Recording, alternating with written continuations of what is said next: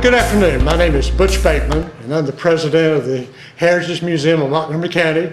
Today is November the 20th, 2014, and I'm here today to continue the interviews of citizens of Conroe and Montgomery County that are going to tell us the way our county and city and area used to be when we were somewhat younger people.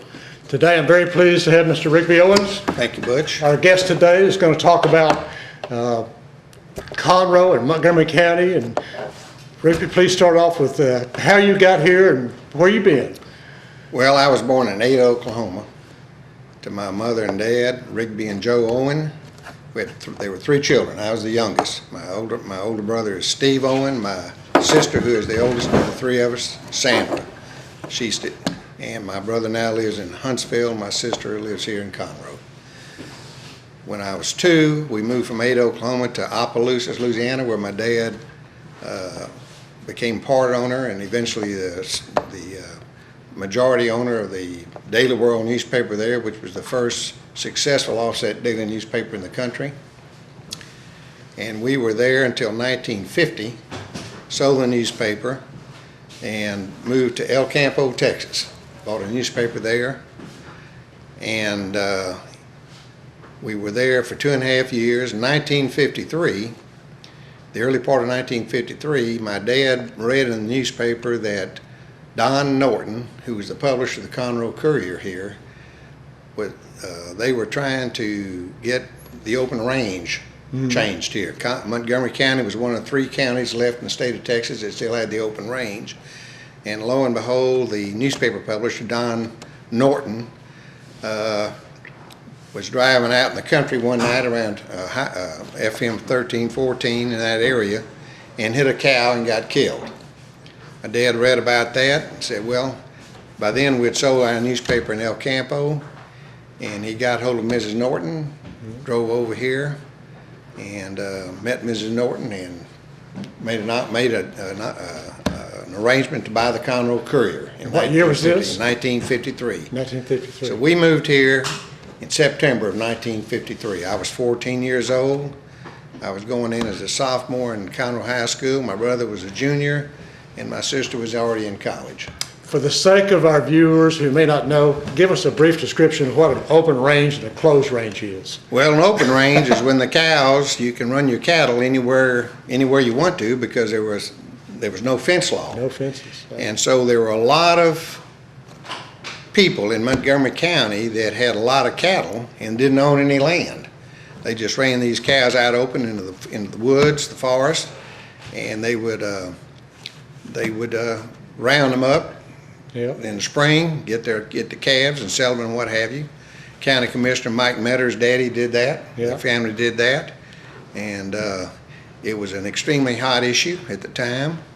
In fact, when we moved here, we took over the Courier, and there was no editor of the paper at the time, because the editor of the paper, Mr. Norton, was a pretty aggressive publisher, and there was a lot of shenanigans going on in the commissioner's court, which used to happen back then, and the editor wrote an editorial and went up to the commissioner's court one day, and they told him they didn't want to ever see him in the courthouse again, and the best thing he could do is quit. And that's what he did. So when my dad bought the Courier, there was no editor.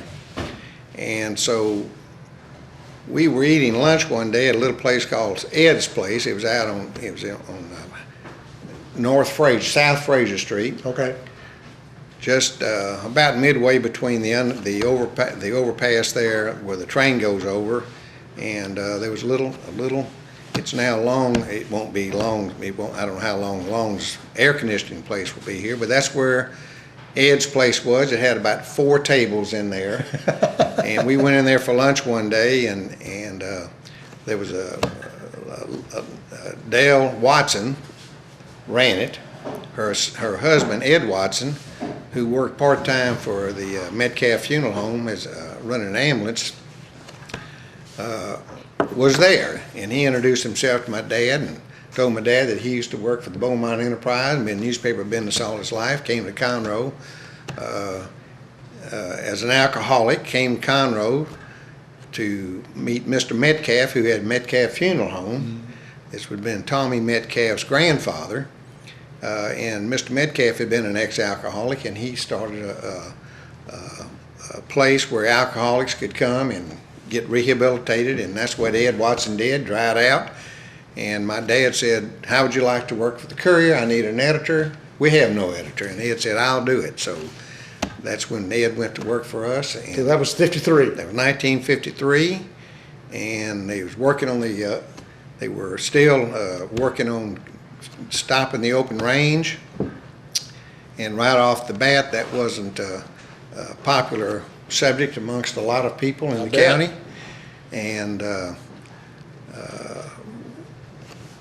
by 1954, we'd built a new office building. It was across from what is now the Chamber of Commerce building on West Davis Street, Highway 105. Right. And it was right behind the Conroe Telephone Company. That's correct. And one night, my dad and them came to work the next day, and somebody had pulled up to the door and dumped a load of cow manure. Yeah. And they were not happy about the Open Range Act. And so when the election came, Ed Watson was up in the courthouse at the county clerk's office where they counted the ballots, and it passed to close the open range. And one man grabbed Ed by the throat and threatened him, and the sheriff at the time told Ed, "I'm going to escort you home. I'm going to give you this pistol, and you need to watch out." So he did that. And the next morning, Ed woke up and got out of his house. He got up about 6 o'clock to come to work and looked at his house, and over in a tree was a guy with a rifle aimed at him, about 200 yards away. And Ed got in his car and got to town as quickly as he could. That was the end of that. But anyway, the open range law passed, Right. and the rest was history. And so people started fencing their land in, and Fencing it with barbed wire. exactly. And you couldn't run your cattle on everybody That's else's right. 'Cause property there used to be anymore. cattle up here, So right close to It town. all settled down, exactly. Yeah. When you in 53, when you bought the paper, you recall how many citizens, how many papers you were putting out?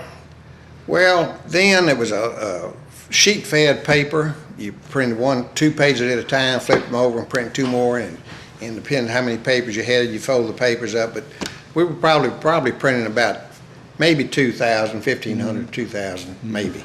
And you delivered those to people's homes? Well, back then, they mailed them. They mailed them third-class mail, and didn't have carrier delivery back then. Interesting. Didn't have newspaper boys at that time. My dad was an old circulation manager out of Oklahoma, and started getting carriers. And so we went to the carrier system then. Kids would come down there and get their papers and have a newspaper route.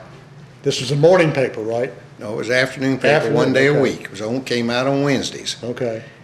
And so anyway, I was a sophomore in high school at the time. When I moved here, then my brother was an exceptional athlete. I was too small to be a good athlete, but I was a manager of the football team. And one of the first things I remember in high school here was of course, we were all segregated then. Right. It was a black school and This a white school was the one on, the old Conroe High School on Thompson Street, which is now, I think, right behind the railroad. Crockett Intermediate, I believe is what it is, by the new Sam Houston Elementary School. And that's on Thompson. And I remember I was out there at the field house with the athletic department, and the first thing I was told to do was to load up all these old uniforms, put them in the school had an old station wagon they kept around the campus, and take them over to Booker T. Washington, which was the black high school at the time. And so I'm hauling all this equipment over there. It's all the old worn out equipment that Conroe had, and that was going to be their new equipment. Mm-hmm. They didn't get new equipment. They got the leftovers. I always thought that was awfully strange, but that's the way it was. And we had about, at the time, the high school was the 10th, 11th, and 12th grades. Right. 7th, 8th, and 9th was in the junior high school, about 2 blocks away. And we had there was about 115 people in my class, my grade. So the school wasn't too big. It was about 500 kids altogether in the whole school. The Conroe, at that first year, coach was named E.Y. Steakley. It was his first year to coach. J.L. Mac McCullough had been the head coach up till then, and they named him principal of the high school. So E.Y. was the coach, and we lost every game but the very last game of the year. And there were more people coming out to see the junior team, which my brother was on because he was ineligible playing the varsity team for 1 year. Had more people watch those games than watch the high school games. It was the team wasn't doing too good. In this era, there was one high school. That's right, one junior high school. One high school, one junior high school. People that are looking at this now, this was before there was a city called the Woodlands. Long before the city called the Woodlands. Woodlands didn't get started till the 1970s. That's right. So Conroe was a small town. The whole county. That's right. County was seat. about 18,000 people. Conroe was the county seat. And the Conroe Courier was the only newspaper in the county at the time. We hadn't lived here long, and we had a lot of problems up with the county commissioners. Were kind of misusing county monies. If you say so. Yeah, right. There was always problems, and I know one time Mr. Peel was a very colorful commissioner, to say the least. That's right. And there was always problems with things he had done. For example, one morning about 6 in the morning, my dad got a phone call from a rancher named C. Rampy. Had a big ranch over at Montgomery, and he said that morning Mr. Peel had gotten his road crew out there, and they was cutting a road from Highway 105 through his property to 1097, which ran into Mr. Peel's ranch. And he had no authority to do that, and he wanted somebody to come out there and take a picture and see if they could get it stopped, which they did. And so T.J. Peel just decided that was a good that's place for a exactly road, right. huh? But that was, back then life was different. In the southern states like Louisiana and Mississippi, they just wouldn't let black people vote. Mm-hmm. In Texas, we had the poll tax. And so what happened here, I know especially in Montgomery County, because that's where I watched all this, they had the poll tax, but we had several sawmills, mm-hmm. lumber people. They were the big employers. That's right. And it was a big pulpwood town and a lot of timber, and they worked all these people.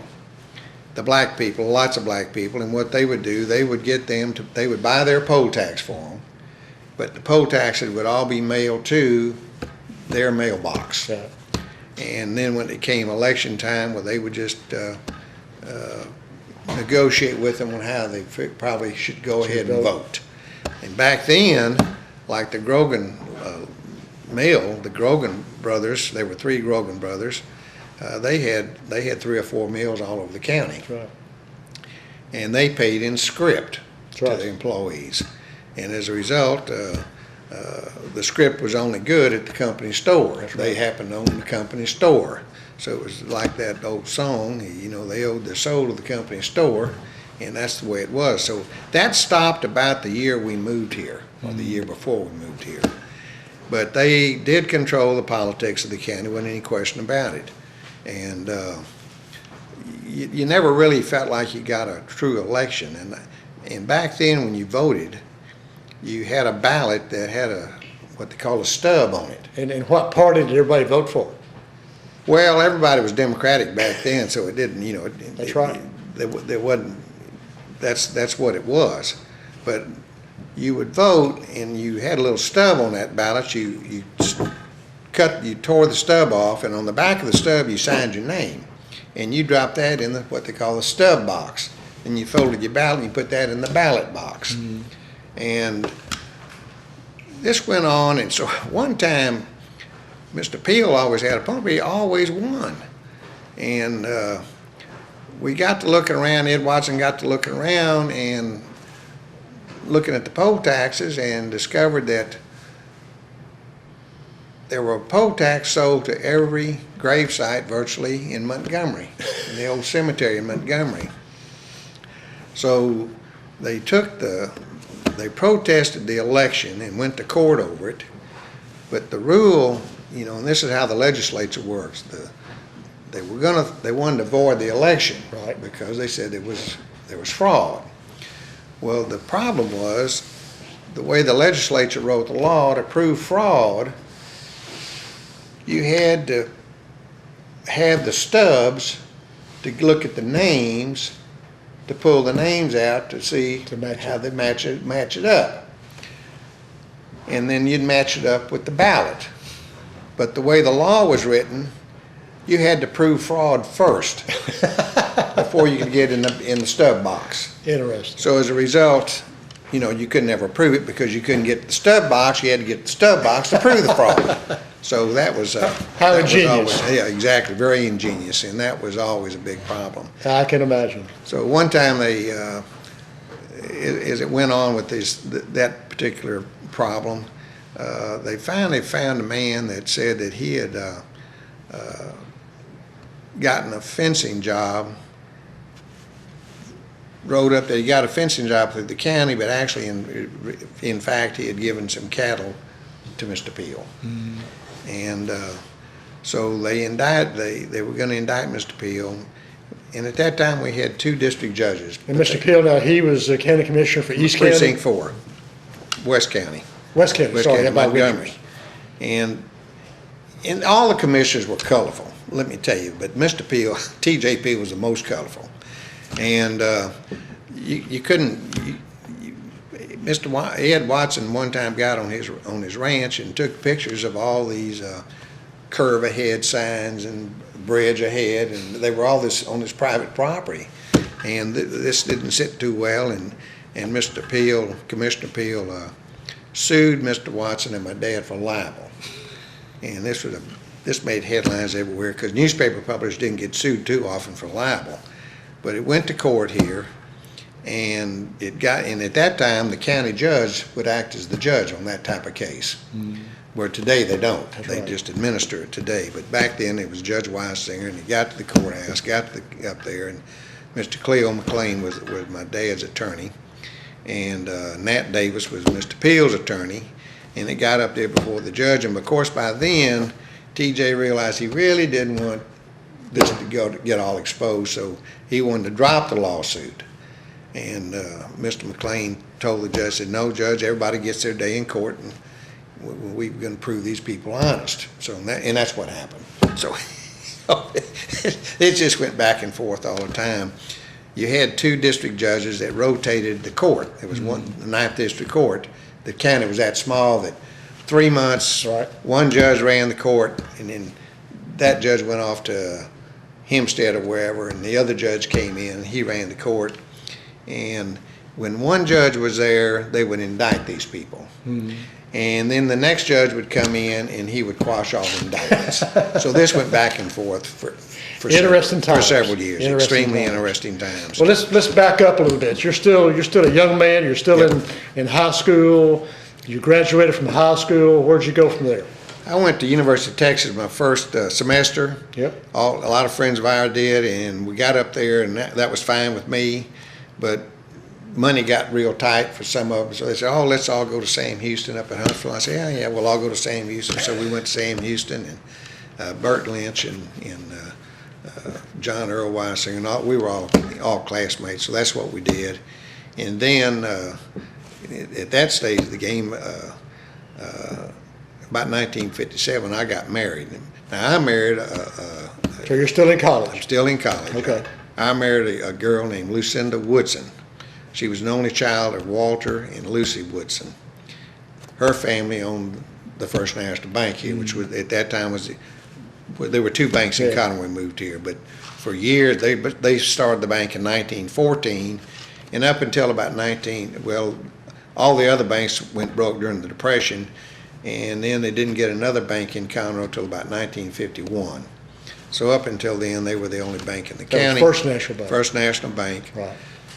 Her dad died in 1956, and her uncle had died several years prior to that. Seth Dorbant was also her uncle. He had married her dad's sister. Right. So he became president of the bank and was president until they sold the bank. Okay.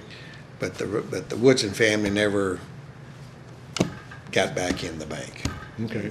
So you're a young man in college. You're Right. newly married. What was Sam Houston like? I mean, this is a It was small. state. It was called I doubt Sam if they Houston had- State University. Yeah, I don't know how many kids were up there. Not 3,000 or 4,000. It was actually a teachers' college. That's right. You know, state Sam teachers' Houston- college. Sam Houston State Teachers' Teachers' College. College. What it was. That's right. And after we married, though, we married young, and after we married, then we went up there one summer, and then we transferred back to University of Texas for another year or so. And I wasn't really happy at University of Texas because I was majoring in journalism, and I wasn't happy with the journalism department there. In fact, I wanted to learn offset newspaper work. So one semester I went to work for a newspaper in Elgin, Texas that was offset just to learn how it worked. Is that the same machinery that was here at the Courier? No, the Courier at that time had what they call letterpress Okay. machinery. And but my dad eventually put in a small offset press, but we still printed letterpress on the Courier. But he was doing side printing, printed other small newspapers on this little offset press. So it was too small for the Courier, and by then he had bought a larger letterpress, so we printed the Courier. And in about 1955, my dad decided to take the newspaper daily, and it was daily for about, I guess, about 4 or 5 years. It just never really.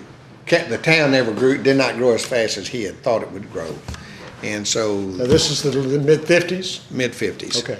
And so about 1960, he took it twice a week, Wednesdays and Sundays. And we became a semi-weekly. And so by then, I decided I wanted to go to LSU in Baton Rouge. So we moved, my wife and I, by then we had a child. We moved to Baton Rouge, went to LSU. And before I finished school in LSU, I got a phone call from my brother one day that this little newspaper in Sugar Land, Texas was for sale. You could buy it for nearly nothing, a little old bitty town. And this was 1962.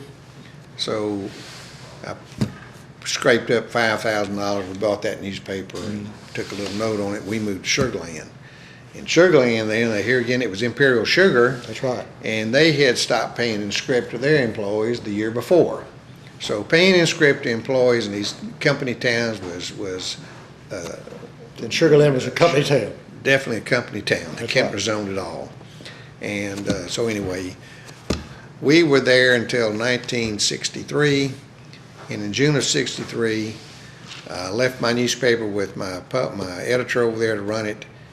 My dad needed some help over here, and I came to Conroe, and in June of 63, I came to Conroe and took over the Courier as publisher. And You remember how what the circulation was by then? Circulation 53 then? to 63? yep, Maybe 53 10 to years? 63, 10 years, circulation was about 3,000. 3,000. Struggling, It's getting twice a week. twice a week. Twice a week. And he had lost one of his largest advertisers, which was the J.C. Penney store. And so my very first stop when I got here was to go see Mr. Red Payne at the Penny store. Mr. Payne, I need your help. Well, what he had gotten mad about, if you can believe this, how little the towns are. Mr. Payne had gone to the hospital one time, was in the hospital for 3 or 4 days. My dad didn't go see him. And Mr. Payne got upset over that, so he just quit advertising with him. And by then there was a little old paper here called Montgomery County News, so he ran his ad in that paper. Whoops. And they had a circulation probably of about 300. And I know that because we bought that paper about in the 70s then, in 69. Where was that? Was that a Conroe paper? That was a Conroe, and it was Okay. downtown Conroe, but they didn't have any circulation to speak of, so. I But they had the J.C. Penney I account. got Mr. Penney back in the paper, and then I started putting out what they call a shopper, that I would put this shopper out with all the advertising in it, mail it out, third-class mail to everybody that didn't take the Courier. So we had about a 90% saturation You were for blanketing. advertising, blanketing the area. And in '64, my dad got hold of my brother and I and said, you know, there's an opportunity to get a radio station. He said, it's called FM. There aren't any FM radio stations, but I think we can get the license. Well, in Conroe, there was a KMCO, and that's where Mary McCoy, That's right. who was my classmate in Conroe High School, we went to school together. She worked for the KMCO since she's about 11. And for those that don't know, this is an AM radio station. AM, exactly. That's right. And it was a daylight only, That's right. sunrise to sunset. So we finally we did get the permit for the FM station. And we built a transmitter site out there by Cut and Shoot, and it was stereo. Nobody knew what stereo was, and by then, and at that point, we were also building a new Courier building, which is the current Courier building now over at 100 Avenue A in Conroe. Right. We built that building and built a space in that building for the radio station, and we were going to broadcast from that building and send the signal to the tower out there at Cut and Shoot, just past Cut and Shoot, and but the phone company, of which your dad was the manager of the phone company, they couldn't equalize the lines. They were struggling also. They were struggling also. So at that point, we built a little Transmitter. a little building out there by the transmitter so we could operate out there. No one had FM radio. Now, Ed Watson and I, by the end, had gone out and we'd sold all the newscasts because we were 24 hours a day. We sold all the newscasts. And what we did, we ordered these little preset radio sets that were tuned in to 106.9, which is now a Houston station, 106.9. And for everybody that advertised, we gave them one of these little radio sets, turned it on for them. So if he could hear his commercial, we hoped he thought everybody was listening to it. Would it pick up any other station besides No, that? it only was tuned in to 106.9. You couldn't get a car dealer to order any cars with FM radio in them, said nobody listening to it. I mean, this was really primitive. Yeah, because the AM at night, you couldn't pick up the station. Exactly. But you couldn't get the car dealers to order the cars with FM radio in it. You couldn't get, there wasn't hardly anybody had it. So what we did, we went real heavy with local news, and we carried all of the football games. Got the school at first didn't want us to carry the football games. The superintendent didn't, but our backdoor neighbor that were real good friends of us in my family, Frank Hill Elmore, he liked the football and he didn't like going to the games, so he got them to approve us carrying the football games. Yeah. So we carried the high school football games, and then we went over and we also carried the Booker T. Washington, the black school. We carried their football games because I knew that most of these black people couldn't afford to go out of town to the games, but we could get them to buy an FM radio. So that's how we started building our audience with sports. So you would send somebody to the out-of-town games? Oh, we sent and every transmit? game, exactly, and transmit back. So we carried all the games live. Oh my gosh, that must have been a technical feat. It was a technical feat back then. And then to get everybody to listen to our news, right after this movie Old Yeller came out, I got the wild idea to buy a yellow van, painted yellow, with a yellow light on top of it. And it was, and our radio call letters were KNRO, Conroe, KNRO FM. And Ed Watson, we made him our newsman in that van. And Ed would go out, and every time the siren would go off, something they knew that we were going to be on the scene. So if anybody knew what was going to happen, they'd hear the siren, they'd tune on the FM, and Ed Watson would be on there telling where he was. And a point one time this was real interesting. The guy that had the drive-in theater here, Highway Drive-In, his name was Charlie Tigner. Ed goes out. There's a train wreck out there at Tammany, which is just south of Conroe, with a railroad cross, and this train hit this car and killed this guy. Well, Ed goes out there, and it's Charlie Tigner been killed by this train, got run over.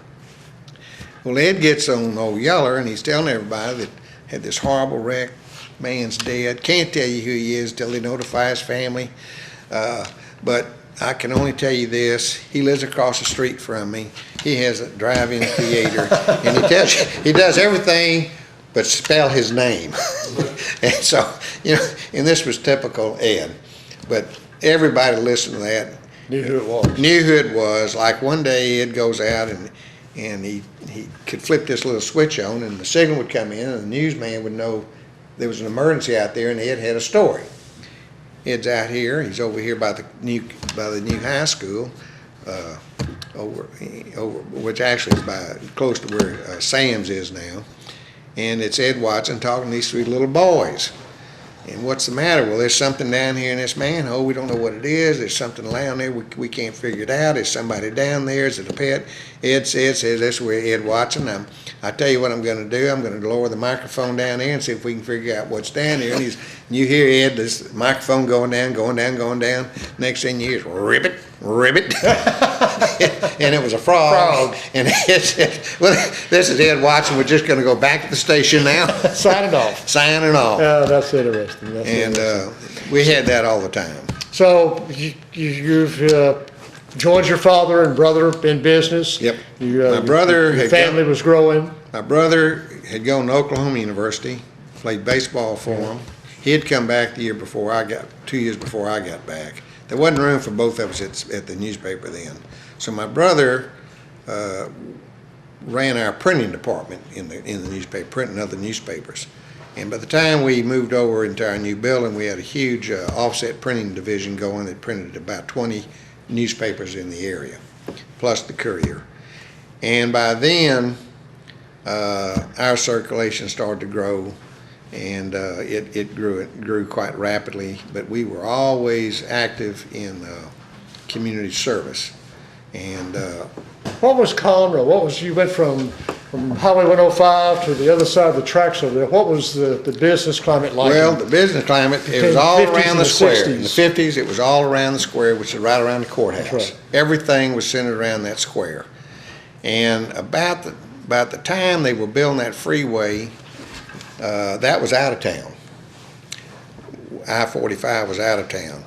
And they built a little shopping center just west of Fraser Street, Fraser Street in 105, just west of there, and we started losing some people off the square. Mm-hmm.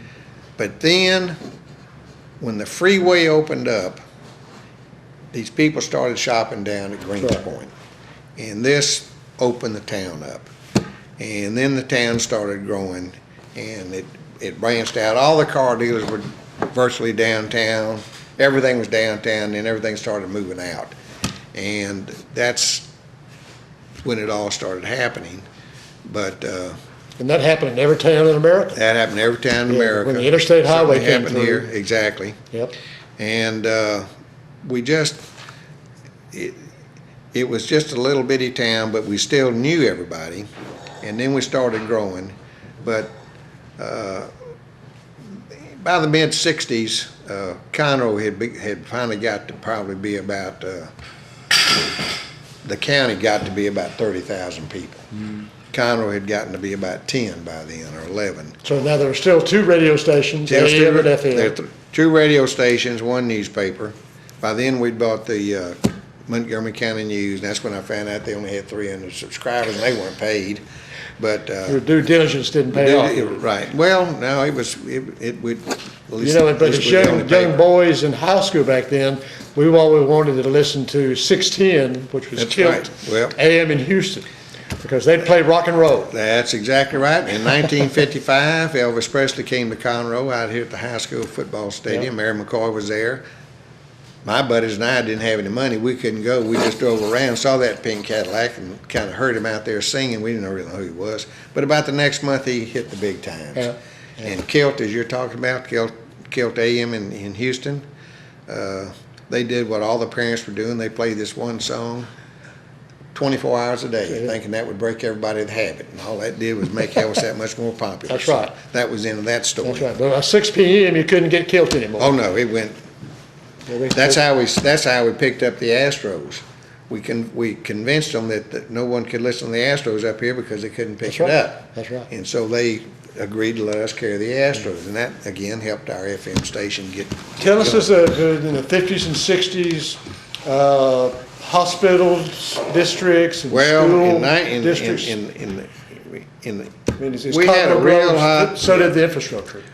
That's true. But in about 1969, we had a real problem up the 67. It was time we were having integration issues, and I had made the decision that I wasn't going to publish a bunch of semi-riots or whatever. We didn't want to stir everybody up and have a problem down here in Conroe, where they were having them in other towns. We had a school board that was not going to integrate the schools. They had made their minds up they weren't going to integrate the schools. So this was 67. Actually, it started about 65. Okay. And how it happened, what happened one time, just to give you how heated it got, my people were out there covering a football game. Superintendent didn't like it and told my announcer, you're not going to cover any more things in Conroe High School without my personal permission. Won't be anything come out of the school without me approving it. Well, he came back and told me that, and so the next issue of the Courier, we always had about 30% of the paper was in school news. So when he said that, I said, well, that's fine, we just won't print anything. So what we did on that particular issue, where we would run a picture of the football game or whatever at the school, we ran a blank hole and put a little cut line in there that's school superintendent refuses to let us print anything without his permission. We'd put the headline for the story, and then we ran this blank hole. That was all through the newspaper. And prior to that, Who was superintendent at this time? superintendent was a man named W.D. Topsy Wilkerson. He'd been superintendent since about 1949, I think, somewhere in there. He was superintendent of Eisen High School, and he was just of a different time. You know, integration, Jim Crow was a time thing, and he was of a different age, and He didn't want to grow it. he didn't want it to happen. In fact, he went down to my advertiser, Mr. Payne, one time and told him that if he didn't quit advertising our newspaper, he was going to have all 300 school teachers boycott his store. Mr. Payne had invited him to leave the store. He certainly wasn't going to quit advertising with me. And they had these meetings prior to the public meeting, and it got so heated my folks were building a home across from the school administration building at the time, and I bugged the school board room. His office. I had a suction cup made with a microphone in it, stuck it on his window. I'm across the street at my folks' house where they were building. I had a tape recorder going, and on the tape, they explained they weren't going to ever integrate these schools. We're going to fight them in the street. Whatever we got to do is not going to happen. So I had all this on tape, and I realized, this is just not real good, and we can't continue to go on like this. So that was a real problem, and so when we ran the story with all the blank holes in the paper, had two big men on that school board that were the controlling people. One was Otho Reeves, and one was Frank L. Elmore, and when we ran the story with the blank holes in it, Otho and Frank Hill called me. Said, Rigby, we need to see you. Can we meet you at the parking lot of this auction barn, which was just east of town, out there across from the old Conroe creosoting plant? I said, I'll meet you in the parking lot. So we went out there. They said, you're not taping up. I'm not taping it. I said, we can't handle this pressure anymore. We've got to, what will it take to solve the problem? I said, what it's going to take to solve the problem is we have to integrate this school. We need to do it without any troubles. And to do it, you're going to have a new superintendent. You know that, and I know that. Well, here's what the deal is. Mr. Wilkerson has written a letter of resignation, He's to present it at the next meeting, and the game is that we're supposed to turn it down and give him a vote of confidence, unanimous vote of confidence. But if you'll quit printing this stuff, what we'll do is when it happens, we'll accept the resignation. So I cut everything off, and sure enough, to their word, at the next school board meeting, he presented a letter, and Time had come. time had come. Yeah. It just passed his time. Yeah. And that's when they made Mac McCullough school superintendent. J.L. McCullough became school superintendent, and we integrated this community. Never had the first flutter of any problems. And before the integration, to show you how the city was at the time, the community of Dugan, which was the black community over there by the old hospital east of town, they had no sewage. They had the sewer plant in their backyard, but they had no sewage, and water was coming up out of a faucet, or they might have a faucet in their house, but they had no sewage, and they all had outhouses. So I took all these pictures one day, this is about 1965, and went to the city council with it, and I said, you know, the day is going to come we're going to be integrating these schools, and these children are all going to be going to school together. These children deserve to have the same hygiene that my children have, and to do that, we have to provide them sanitary sewage. And you wouldn't believe that the council, here's what they told me: Rigby, you just don't understand it, son. They have no bathrooms. If they have no bathrooms, we can't give them sewage. There's a chicken in the egg. That's right. Well, the egg and the chicken. Yeah, right. So I said, well, that, you know, we can't do that. So they wouldn't, so that's why we're not going to do it. So I went to the Chamber of Commerce. I was on the Chamber of Commerce at the time, and told them, I said, we just got to do something. So the Chamber decided that they would get someone to build a portable bathroom. It cost $600.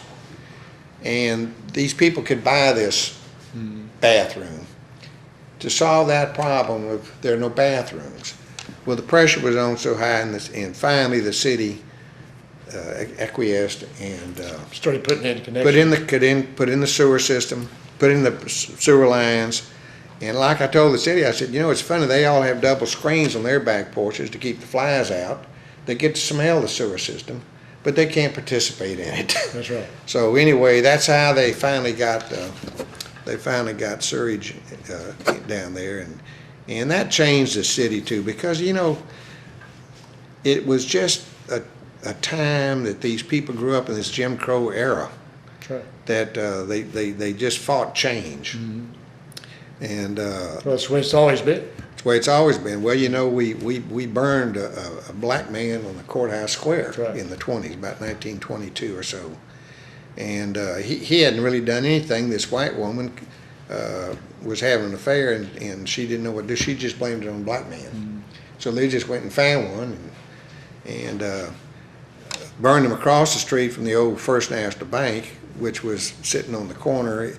So this was they burned him on the north side of the courthouse square. My wife's father was about 14 at the time, and there was no oak tree there. And he and two or three buddies got up in that oak tree, and they watched. The Ku Klux Klan was very prominent then. Absolutely. So about 80 Ku Klux Klansmen went out there, and they all had matches, you know, and they lit the fire. And so, you know, nobody knew who they were, but unbeknownst to them, my father-in-law and his friends were looking at the shoes. So when it was over with, they went around town and matched the shoes up to who was wearing them. So they knew who lit the fire. When the Texas Rangers came down, of course, nobody knew anything. And that's just the way it was. That's right. But we grew. We grew. And another thing that's been funny in this county, in 1923, we started the county agent here started the Montgomery County Fair. And the very first Saturday of the first county fair, which was held in Milltown over here, there was a company called the Delta Land and Timber Company, a huge lumber company. They provided the electricity and all of this, and they had this huge county fair. they had the carnival there, and they had the antiques there, and the Civil War veterans. They had all the cattle and all the things that you do in a county fair. They had it then, and they had this county fair, and they had it every year from 1923 to about 1942.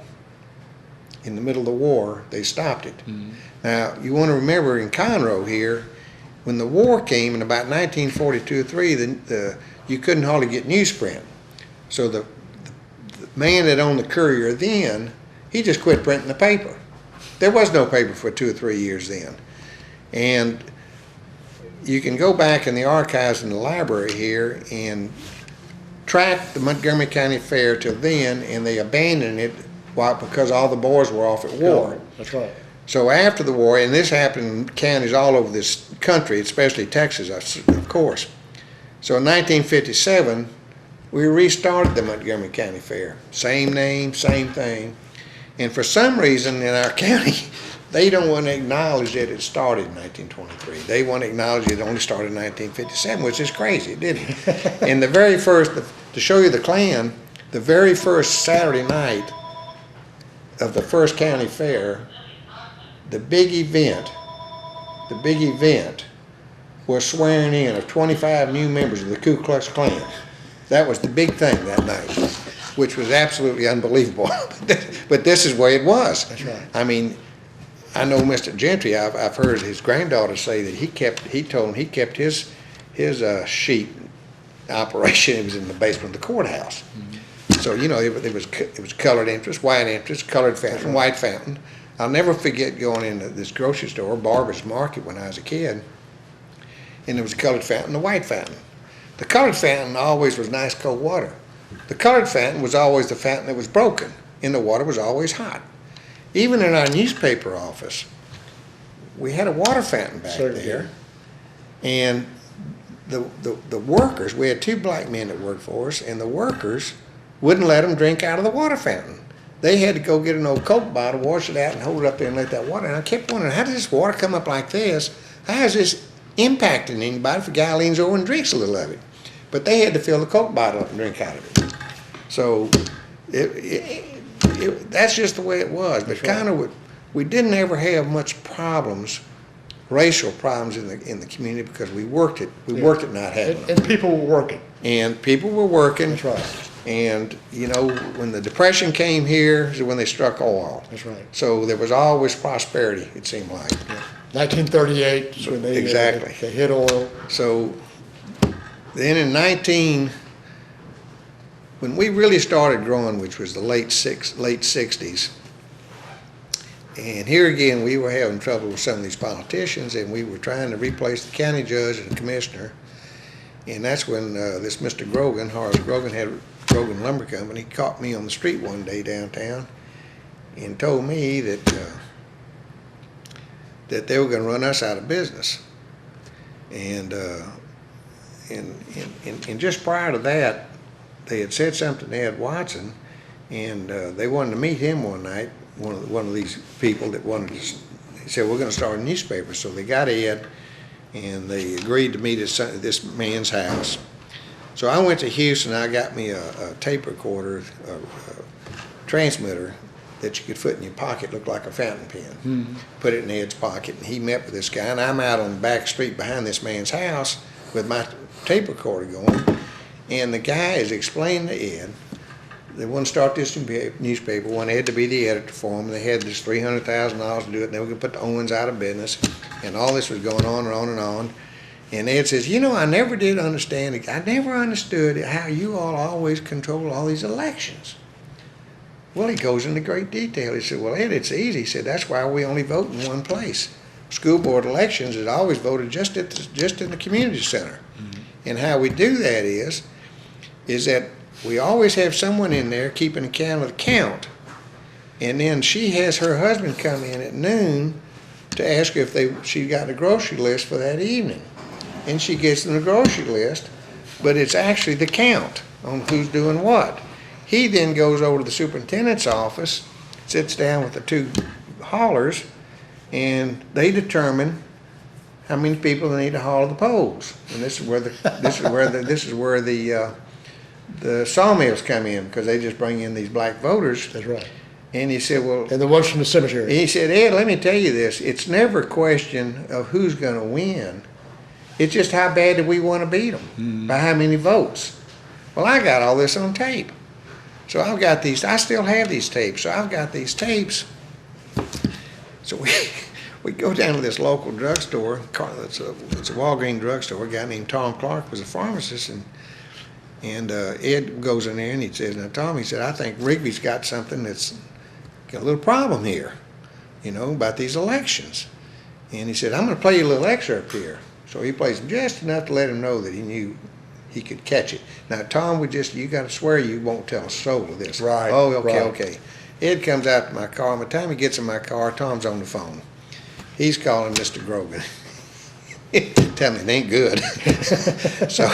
So by then we're having this election, and I go down there. I mean, it's heated.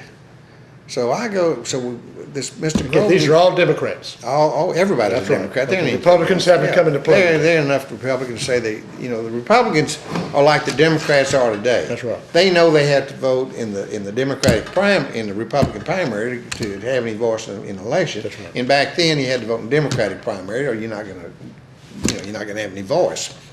So I've got my editor at the Courier then was a cartoonist also. He draws a half-page cartoon up with this man cramming a paper mill log in our press, stopping the press, and it looks exactly like Horace Grogan. I mean, it looks just like him. Caricature, but it doesn't say that. It's just a caricature. Well, Mr. Grogan gets so mad, he sees that in the by-God paper. He goes up to see Mr. Cleo McLean, and he wants to sue us and all this, and they're up there biting their tongues. Well, Horace, I mean, what makes you think that's you? He said, well, you can look at the picture and tell it's me. I said, no, Horace, I'll tell you the truth, it doesn't really look like you, Horace. I can't believe that. It doesn't ever say your name, so I don't think you can sue him. So he walks out, he's mad, you don't need to say he's mad. So I'm getting these phone calls about 2 or 3 in the morning. They're calling our house, they're going to do something with the kids and whatever, and I'm putting tape on my hood of my car, and it's getting kind of heated. And then one morning I go down to my office, and there's a little box at my front door, about 6 in the morning. And I look in the cardboard box, and it looks like 5 or 6 sticks of dynamite and a clock on top ticking. Well, it ticking looked like dynamite. I call the police. They come over there, and Larry Evans is the police chief then. He reaches in, he just pulls the wires out. And it turns out, fortunately, it was not, it was fake. But they were tubes, they were tubes that went in rolls of paper for a computer. Well, there weren't any computers around town. And I will give Larry Evans credit for this. He recognized that. So he goes out to Texaco Chemical out here and goes through their departments out there, and lo and behold, the nuts that did this left the paint and the row and some extra spools out there. So he knew who it was. We knew who it was. It was 2 guys. I went to school with one of them. I guess they thought it was funny. I'm thinking to myself when I saw the bomb, I said, well, boy, now we may get this election turned around. Well, next thing I know, I get a phone call from New York City, the president of Texaco, telling me that, this ain't ever going to happen again. These guys are gone. They've lost their jobs. They're not working anymore out there at Jefferson Chemical, which is owned by Texaco. So then we don't know what we're going to do. So we decide we can't. They've always had the haul. You couldn't beat them. Mm. So I get my tape recordings, and I go to the U.S. Attorney's office in Houston, and I'm telling this man what's going on up here, and he said, Mr. Owen, he says, I don't think there's anything we can do. He says, I know you've got the tapes, but we can't use them because they won't hold up in court. He says, now if there's some civil rights being violated, we might could do something. I said, well, what do you think they're doing? They're hauling these poor people to force them to vote. They're hauling them in there by the droves. They got these preachers and all pushing them in there. Well, I don't know if we can help you or not. So I get with a good friend of mine, David Cruz, who's an attorney here. And David said, you know what I think we can do? He said, why don't we hire a private investigator to go talk to these haulers? They knew all these people that were doing the hauling, and see if we can't get them to think maybe the government's going to look at them. So he said, we'll meet this guy. He said, can you have $300? I said, yeah. He says, I want to meet this guy at Greens Point, 7 o'clock tomorrow morning. So we drive down to Greens Point Inn, which is a motel down there at the time. And here comes this guy in there. It looks like something out of a detective novel. Got these patent leather shoes on, this red flower in his hat, in his coat, you know. And David explains to him what we got to do. He said, now here's who you need to go see. Do not tell them you're with the government. You just tell them that you're doing an investigation on hauling, just to spook them. So he goes and he does, and he said, "Don't want everyone to see you again." So that goes, and by then I'd seen the Attorney General, and I tell David, I said, "Lord, David, I think I've lost the family fortune. We lose, we're out of business." Lo and behold, the morning of the election, I get a phone call from David. He says, "You're not gonna believe it. We've got 4 government people at at the big stations, the big polling places, standing there at the polling places." So that afternoon, about 3 o'clock, needless to say, they're trying to haul. The guy that watches the poll for the Grogans in the courthouse, he comes out about 3 o'clock and catches Mr. Grogan coming down the street in his Cadillac and stops him. Horace, you got to stop hauling them, Horace. They're voting against us. That was the first, probably most legitimate election we ever had. Interesting. 1970. Changed everybody out. And then that was, There was no checks and balances back then. No, Yeah. no, wouldn't It was do it. all controlled. It was always controlled. It Yep. had been controlled. That's the way the whole, Well, there used to be a chalkboard up at City Hall, at the courthouse. But they and knew that's that. I remember one night, I was up there one night for an election up in Judge Coker's office, and he was losing by about 200 votes. And Mr. Elmore was there, and their family, you know, he was from over in Cold Spring. He says, "Judge, don't you worry about it." He says, "You're going to get 350 votes out of Cold Spring. It's over." Sure enough, about 4 o'clock that morning, here come those votes. There they were. There they were. Well, his family came down here from Tennessee and had a Spanish land grant, and he brought in 100 slaves with him. So all these people were, Yeah. They do what they said. well, they'd brought them here. I mean, they'd been here forever. So, you know, that's just the way it was. Interesting. If you don't have enough people, you know, it takes people. You get enough people, this all goes away. You get honest elections. And we've now got honest elections. But So at some point in your business career, y'all diversified yourself away from the courier. well, back then when I was in the career, for example, they started the YMCA here in about 1967. Right. And they didn't have any money. They were in debt. They talked me into getting some people together to see if we could raise some money. So I raised the money, I think about $60,000 or $70,000 one day at lunch, and paid off that debt when they had the YMCA at the Candy Cane Park. Then later on, my family gave the land for where the current YMCA is here, On the loop. and I raised about $300,000 or $400,000 to build that thing. But I've raised a lot of money for a lot of different charities. I was put on a hospital board. When I was put on a hospital board, when I was telling you, that's when I found out that Mr. Grogan had a private room in the old hospital that was just their room. Just theirs. When they needed for drying out or whatever, they had it. And if any of their neighbors or whatever needed free health care, well, they just let them all go to the hospital, and then these commissioners would call up and say, "You right there," it was a county hospital, "You write their bill off," and that's how they did it. And this was the hospital on First Street. Yeah. Right. So then the county judge, when I was on that board, this was 1971, when I was on that board, County Judge Lynn Coker wanted us to come up with a bond issue to build a new hospital. So we did. We came up with a bond issue to build a hospital. I think it was about $6 million. In the day before the election, Judge Coker gets on television and he tells everybody that we can't afford it. I mean, you know, we're sitting there, what's going on? So it failed, and so at the board meeting, the next board meeting, we all said, well, you know what, if this is what they want, so let's let them have it. So the entire board resigned. walked off. About 1979, it had gotten desperate at the hospital, so that's when they decided to try to form a hospital district. That's right. And the district passed, and I was put on appointed to the first hospital district board. And John Holmes, a dear friend of mine, was appointed, and there were 7 of us appointed. And when then the following year, there was an election. Well, by then we had got a location to build a new hospital, which is where it is now, Conroe Regional. But before we got to where Conroe Regional is, and that's because that's where we really wanted the hospital, I'd gone out here to where Academy is and Cons, that shopping center out there at Loop 336, that 45. southwest corner of 45 and Loop 336. Gentleman's family that owned that was a guy named Frank Guthrie. He had married a Crichton lady, Hallie Crichton, who her dad built the Crichton Theater. And he agreed to sell us that 100 acres for $10,000 an acre. We shook hands on it.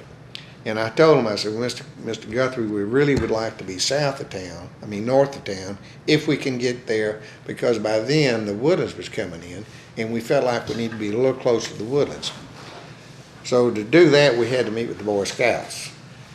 Well, by this time, Mickey Dyson, a dear friend of mine, he was county judge. Mm-hmm.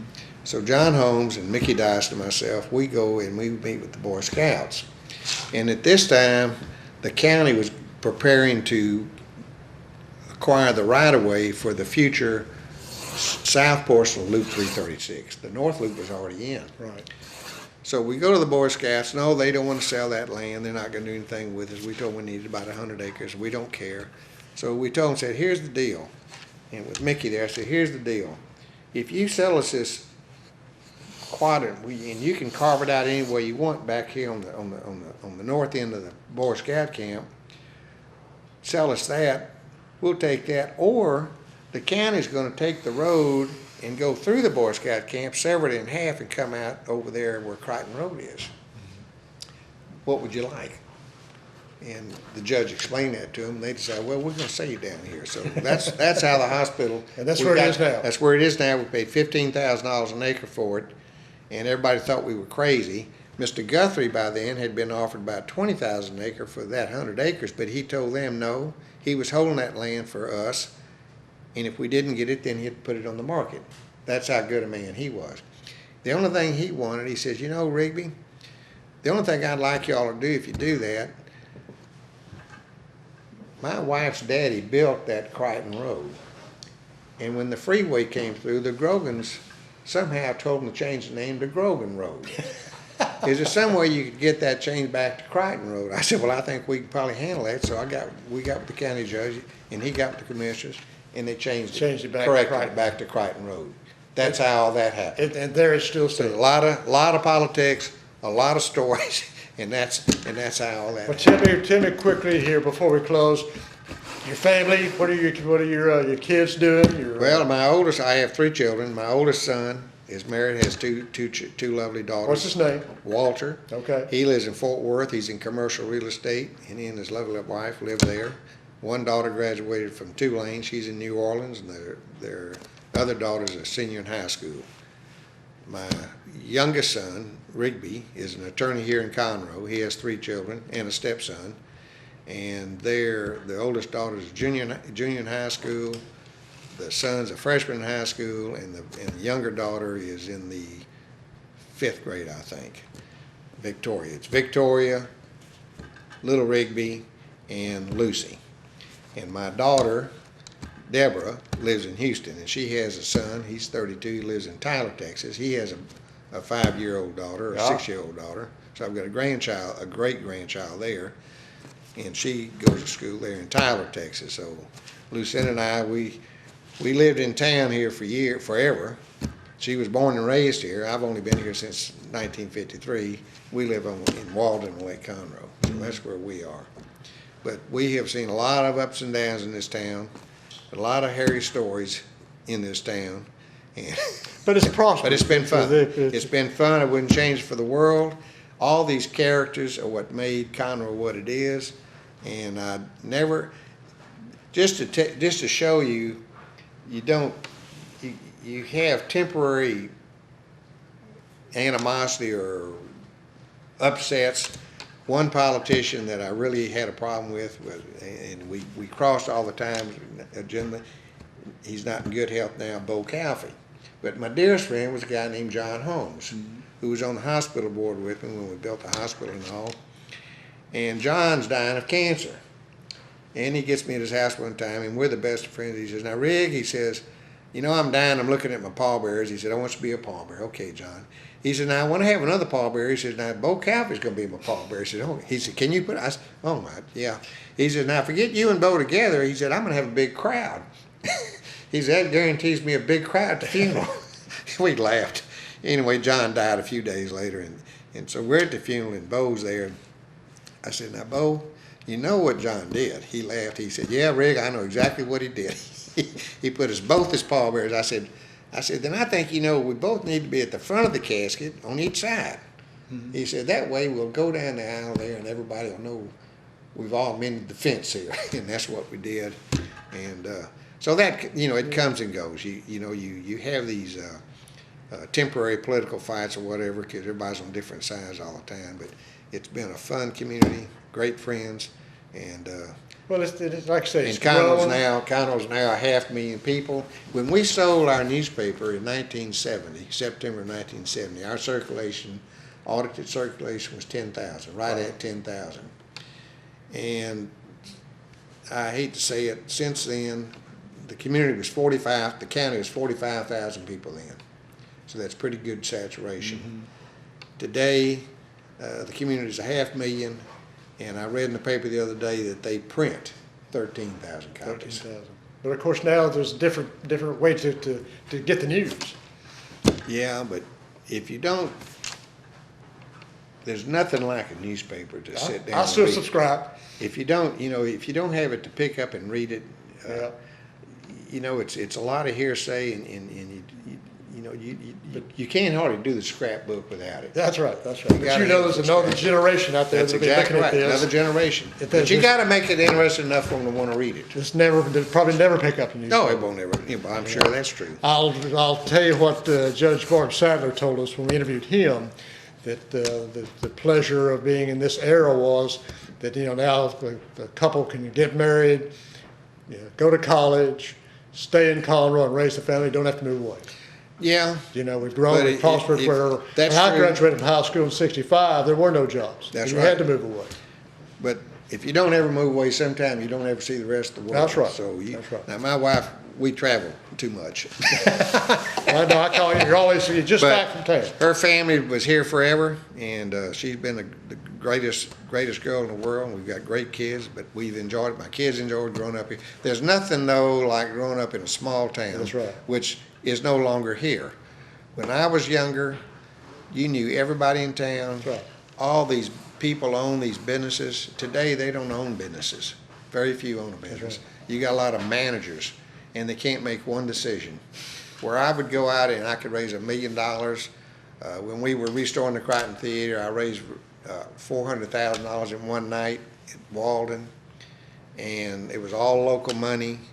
You can't find those It's people tough. anymore. It'd They're be not tough out to there. do. They're not out there. They're no decision makers anymore. Let me ask you as we close, as you talk to the next generations that will be looking at this, any comments, any suggestions for the youth of our community as to how they should live their life? Yeah, get involved in the community. That's the main thing you can do. And don't forget to vote. That's right.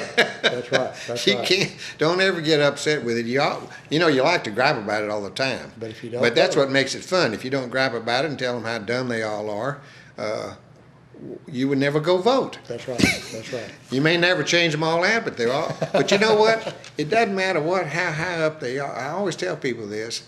It's always Washington. But I always say, I said, where do you think they came from? That's right. They all come from these little towns. I mean, they all come from these little towns. You put them there. So, so keep that in mind. They didn't get up there. They didn't come out of a tree. We all voted for them. Even though we think they live in trees up there. Oh, they live in trees, and right. and once they get there, you know, Nature. they're God Almighty, and all they want to do is perpetuate their tenure there. That's right. Which I wish they could all come home after about 4 years. Yeah, But okay. unfortunately, that doesn't happen. Rigby, Butch, thank you very much. You bet. On behalf of the Heritage Museum of Montgomery County, we've been interviewing Mr. Rigby Owens on November the 20th, 2014. Thank you as we continue this interview process.